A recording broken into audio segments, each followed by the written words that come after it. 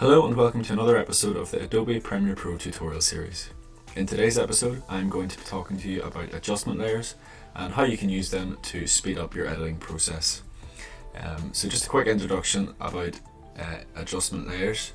So first things first, where can I find it? So you've got your edit suite open. It may vary depending on what way you've got your panel set up, but you're going to look for this icon here, which is the new item icon. So you're just going to click on it and it will bring up the following, and you're simply going to go down to adjustment layer. So here we go. You need to select the sequence settings and try and match it to the sequence settings of your sequence, which can be found in sequence and sequence settings. So click on new item, down to adjustment layer, and my sequence settings are set to 1920 by 1080, and keep your frames per second the same also, and then click OK.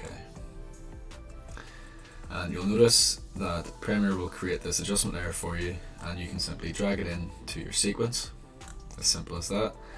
And depending on how long you want it to last, you can go to the side of it and drag it out as long as you want or as short as you want, which is very useful. So for example, if I wanted to apply an effect to every clip from here to here, I would set it over the following clips. And why this is useful is if I wanted to apply an effect to every clip in this sequence, it'll be very time consuming for me to drag an effect onto every single clip, and you'd just end up losing a lot of time. So this saves you the hassle. You simply drag the adjustment layer on and click on it. We are going to go to our effects, so just click this effects button here, and we're going to search for the Gaussian Blur, which is just here, and we're going to drag this onto our adjustment layer. So you may notice that nothing has happened. Don't panic. You simply have to go to your effect controls, which is just here, and then you can adjust the blurriness of the adjustment layer, which will in turn adjust the blurriness of every clip that is underneath the adjustment layer.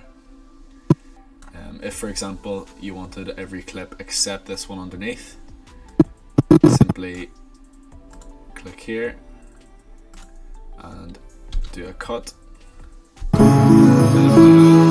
until the end of that clip, and then complete another cut and simply delete,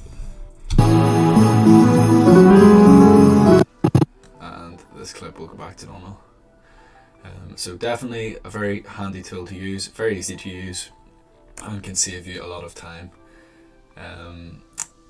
If there's anything else you need to know about the adjustment layer, please leave this in the comment section below and we will get back to you as soon as we can.